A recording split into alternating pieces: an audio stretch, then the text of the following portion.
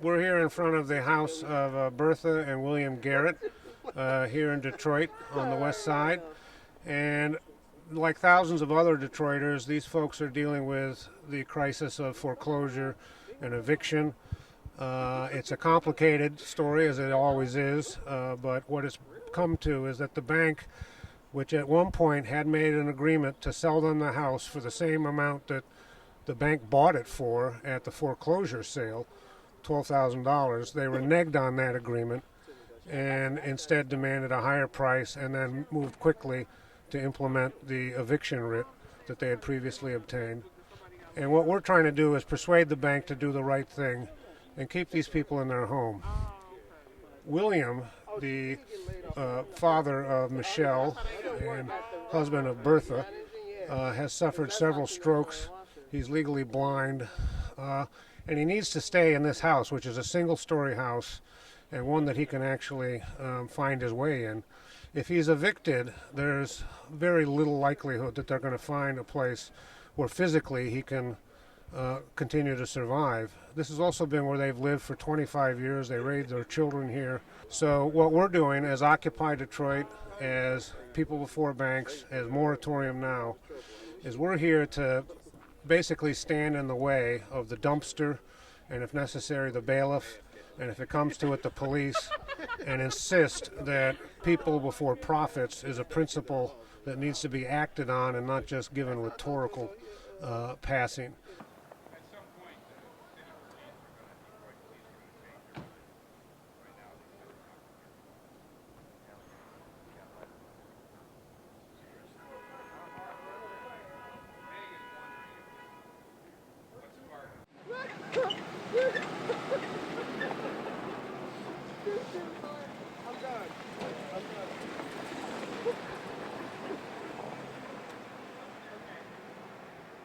For all I know, they're not going to try again today. That would be one scenario where they've basically figured it's not in their interest to keep that truck circling the neighborhood, and if the dumpster's here, there's no eviction.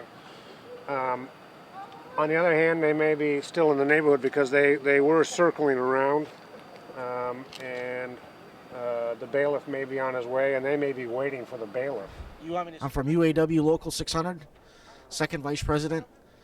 On behalf of Bernie Rickey and the local UAW, this is part of our social justice program where we believe that everybody has the right to stay in their home and get a fair modification.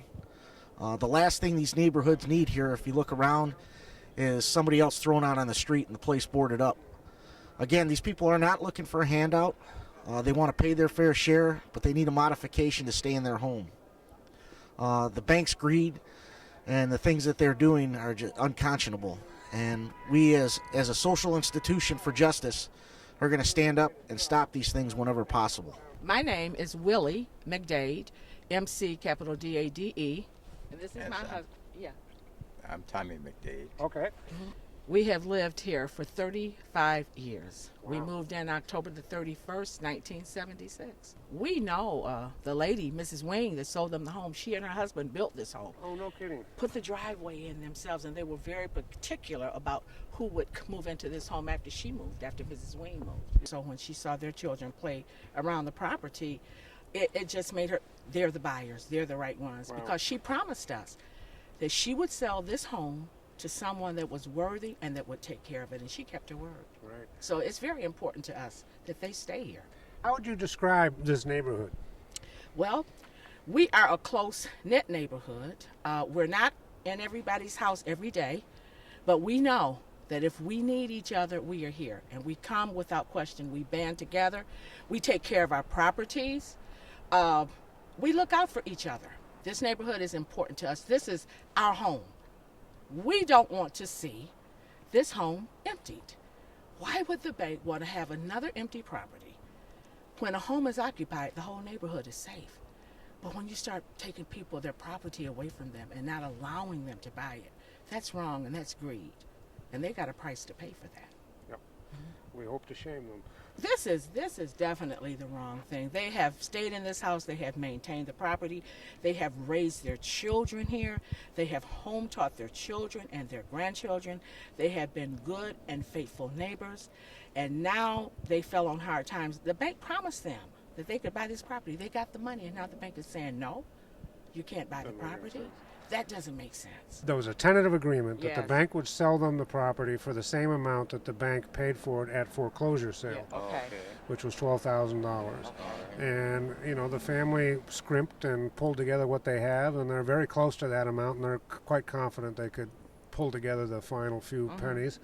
And the bank nevertheless backed out and at the last minute doubled the price. That's the greed part that I'm speaking of. Right. That's the greed part.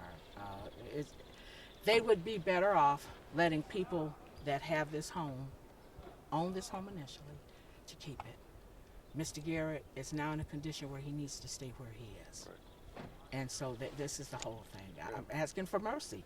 Just have some mercy. I'm so grateful that I see the people out here. There have been people all day, in and out, in and out. And I'm grateful for that. We're pulling together as a people. Great. To save someone's home. Sure. Yes. Absolutely. And we're so grateful to you all. Yep. Well, Thank you're you part so of it much. too, because you're supporting them as well. Oh yeah. Oh yeah. Definitely. Thank you very much. Okay. Thank for you letting so us speak. much. Yes. Thank you for letting Nice us talking speak. with you. Nice talking to you. Nice talking to you. Thank Okay. you so much. Yep. Okay. William, I thought it might be a good thing if you could tell us what the house means to you and what it's about in terms of trying to stay here. Well, Steve, I'm a very religious man, and this is what happened. I bought this house with the intention to retire here, and we have 6 kids. Each one of them were born here in this house.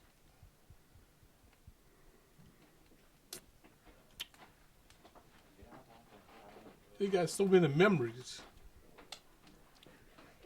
And me and my wife decorated what we wanted. It's almost like building your own house. Sure. And we got approximately 25 years or more here. And just tell me I got to up and leave just because some government technicality. I just can't see it. I can't understand it. And we got a lot of love in this house. We watch out for each other. Right. I can walk the street over here by me being a blind man. I feel pretty secure. I get a little emotional. Sure. That's okay. Because everybody watch out for me. I do my yard. I do my flowers. My wife, she do the flowers. And we enjoy the home. We have enjoyed. My grandkids, my wife's just telling me this morning, she don't know what happened if the grandkids don't be in this yard. I keep my house up. I keep my property up.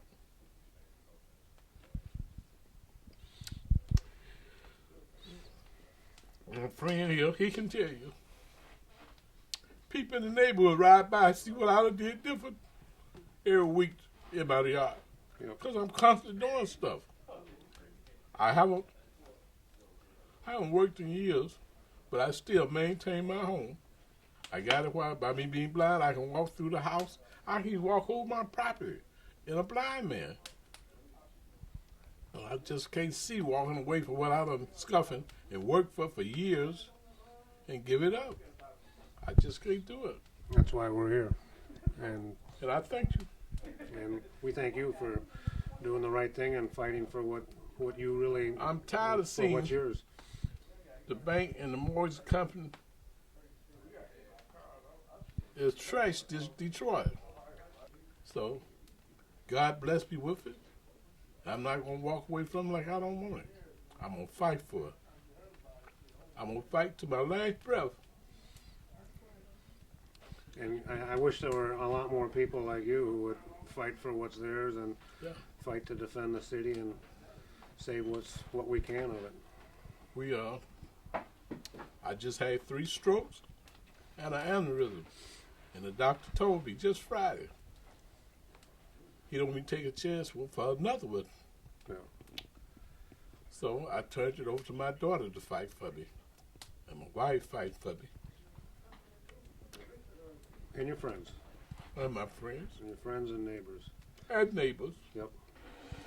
I don't want you getting too upset here because We want you to stay in this house. I don't want this fight be for nothing. I don't want to be for nothing. Sure. I want to see my grandkids playing in my yard. Right. When you get to be my age, you have to come to find something to do that you like, that you can relax. Sure. And sitting by the fire.